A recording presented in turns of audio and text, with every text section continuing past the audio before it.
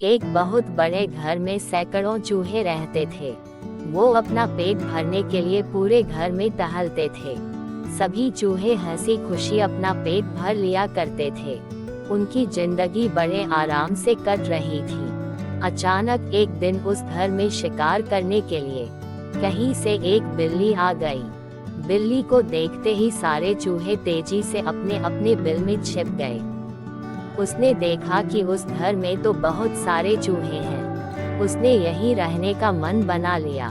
अब बिल्ली उसी घर में रहने लगी। जब भी उसे भूख लगती तो बिल्ली अंधेरे में जाकर छिप जाती थी। जब चूहे बाहर निकलते तो बिल्ली उन पर झपटा मारकर खा जाती थी। ऐसा रोज होने लगा। धीरे धीरे चूहों की संख्या कम होने लगी थी।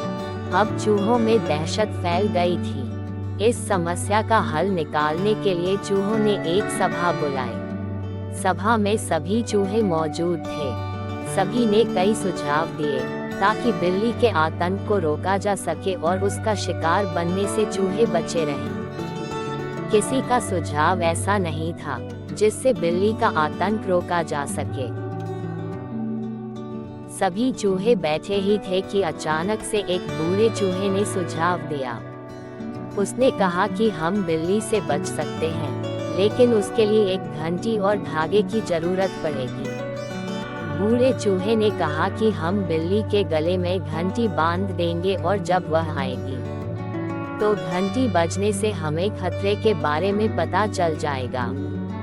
खतरा जानने के बाद हम लोग भागकर अपनी बिल में छिप जाएंगे। इससे हम लोग बिल्ली का शिकार बनने से बचे रह सकते हैं। सभी चूहे खुशी से झूमने लगे। सबने नाचना शुरू कर दिया और खुश होने लगे कि अब तो वह बिल्ली के खतरे से बचे रहेंगे। सभी चूहे खुशियां मना ही रहे थे कि अचानक से एक अनुभवी चूहा उठ खड़ा हुआ।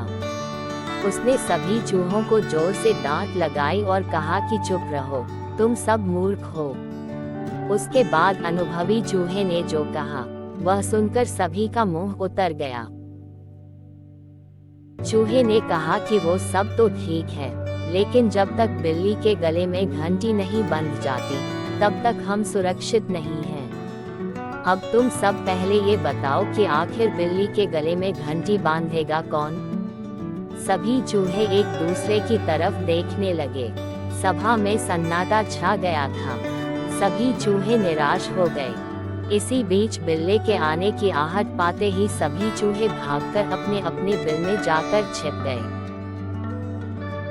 कहानी से सीख। इस कहानी से हमें ये सीख मिलती है कि सिर्फ योजना बना लेने भर से ही आप कामयाब नहीं हो जाते।